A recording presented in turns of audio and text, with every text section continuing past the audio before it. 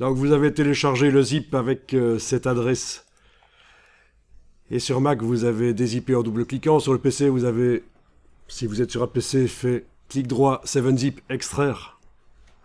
Et vous avez ouvert le INDD qui se trouvait dans le dossier dézippé. Et vous arrivez normalement ici à la page 10. Donc, page 10, où vous voyez que la plupart du texte dans ce document subit un style de caractère qui transforme le texte en gras et en rouge. Alors, le style de caractère, on peut aller le voir. Menu, texte, style de caractère. Vous allez éventuellement cliquer avec la flèche noire à côté de tout pour que rien ne soit sélectionné. Sinon, vous risquez, en allant double-cliquer sur un style dans la palette des styles de caractère, vous risquez de l'appliquer sur tous les paragraphes qui sont dans le bloc sélectionné. Ce serait malheureux, donc avec la flèche noire, on clique à côté de la page, rien n'est sélectionné.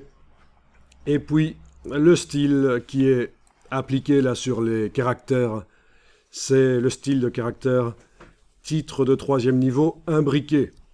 Vous pouvez double-cliquer à droite du nom de ce style et en ayant la case aperçu cochée, vous allez pouvoir aller modifier notamment la couleur.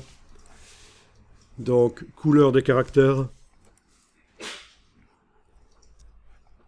Pour le style, donc titre de 3e niveau imbriqué. Ça veut dire qu'il y a des grands titres dans le document. Il y a des sous-titres.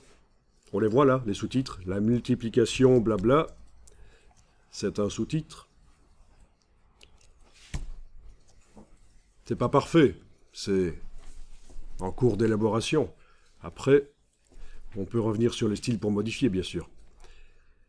Donc, l'aspect des sous-titres, c'est pas génial, nécessairement.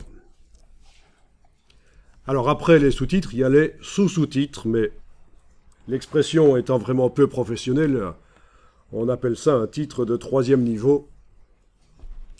Le titre de 1er niveau étant bien sûr les grands titres, et de 2e niveau étant les sous-titres.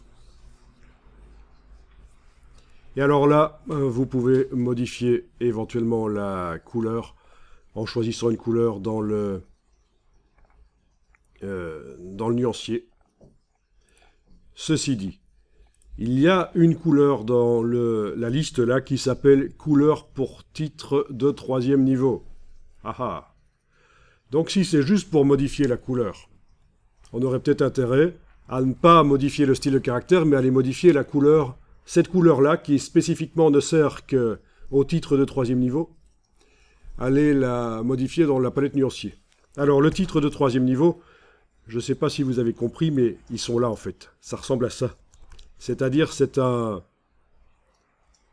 début du paragraphe, le début d'un paragraphe qui apparaît différemment. Par la suite, on va même mettre un caractère spécial pour indiquer, vraiment marquer pour le lecteur que c'est un titre et qu'il s'arrête à un certain moment. On va mettre un carré. Et je vais vous le montrer dans un document déjà existant, ce qui va être fait. Donc voilà, si c'est juste pour modifier la couleur des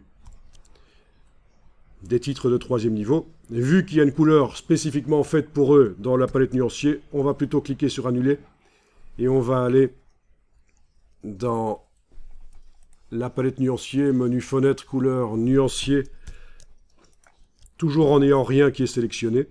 La flèche noire, vous avez cliqué à côté de la page.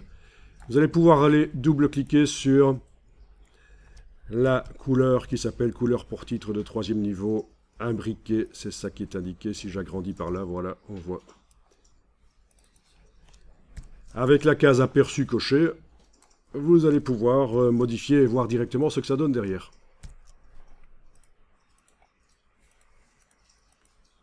Voilà.